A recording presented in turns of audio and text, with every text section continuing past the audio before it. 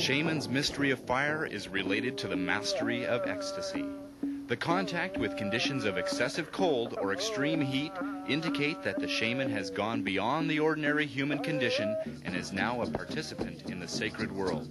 The rousing of mystical heat in order to achieve fire mastery is common to mystics and shamans the world over.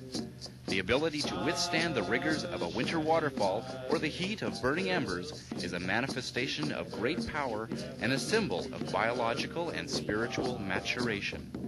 Fire, symbolic of life, allied with the concept of control and superiority, it is a representation of an agent of transmutation. It is a medium unto which forms vanish and from which they are born.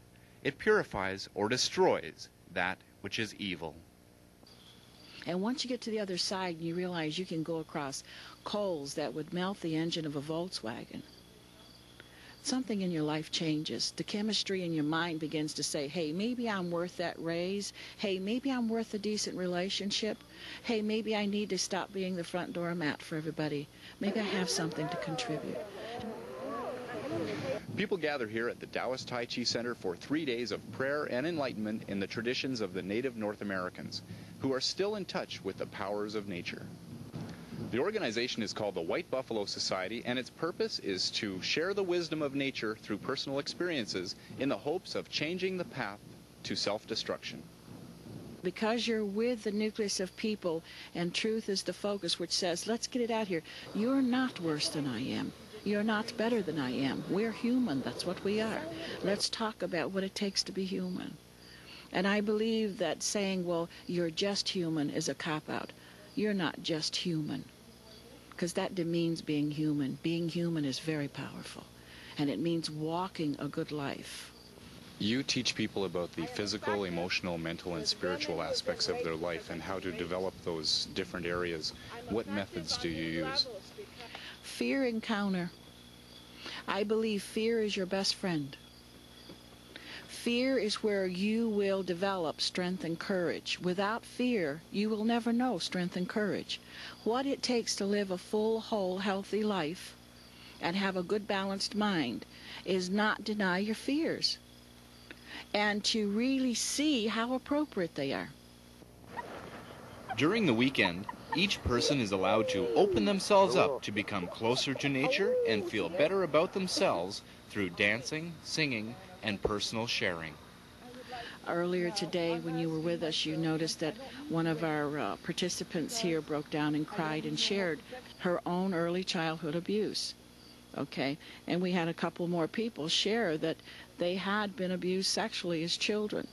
Sometimes those things surface at events like this that never have surfaced anywhere else in their families or with doctors or therapists. The experiences of the Native American spiritual culture is presented by those who have learned by doing and teach by example. You know, people's actions speak much louder than the words, and people remember the actions more than the words. So I guess I try to lead by more example than by what I say. And when people ask me the questions, I just do the best I can at answering them. And if I don't know them, I have to tell them I don't know them, because I'm very young and I don't know it all. And I guess I've done things like went on fast, and I guess you would call it more a vision quest, and did a little bit of sun dancing, and I guess I found with those things is that you don't always have to be kind of rough on yourself to learn about what the Creator's about and what this Mother Earth is about. That you can learn it in a better way, in a good way. And then some of us, though, we need that little harder way to get through our own egos and attitudes about things. And that they're, well, I guess what I'm trying to do is try to go to have my will and the Creator's will be the same will. At the end of the second day, students will have challenged their ego to become one with nature through self and earth consciousness, and will demonstrate their personal power at the fire dance. You begin to realize that it's a part of you, that you know, for me, my beliefs are, what I respect anyway, is that my soul is fire. It's the flame of God. It reflects sacred to me. Fire is sacred to me. And I believe that you, after you get off that, will be in a more respecting place. You will do what you want with life, and you'll make a difference. We all have to do what we have to do. We're here to do that. So why should I have to compensate to do your job? You have a gift. Get on that fire and leave it here. In a group of powerful and successful people, I'm Mark Scott. Thanks for watching.